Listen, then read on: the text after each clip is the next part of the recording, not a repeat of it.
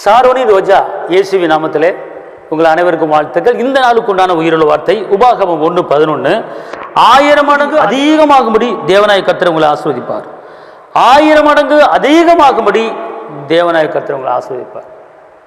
1 மடங்கல்ல, 2 மடங்கல்ல, 1000 மடங்கு அதிகமாகும்படி கர்த்தர் உங்களை ஆசீர்வதிக்கிறார்.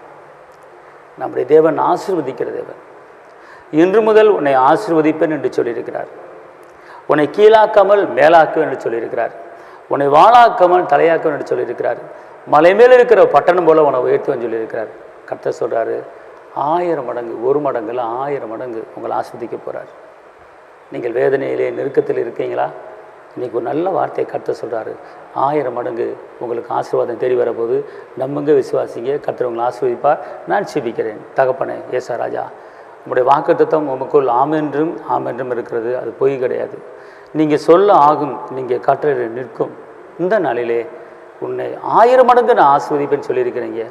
ஆண்டவரே, கர்த்தாவே, எந்த ஒரு பிரச்சனை இல்லாமல், நெருக்கம் இல்லாமல், கடன் இல்லாமல் இந்த பிள்ளைகளை நீங்கள் 1000 மடங்கு ஆசீர்வதித்து பெருக பண்ணுங்கள்.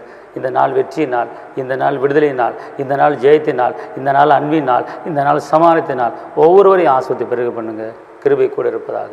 இயேசுவின் நாமத்தில் பிதாவே, ஆமென். கர்த்தர் உங்களை ஆசீர்வதிப்பார். தேவனுக்கே மகிமை.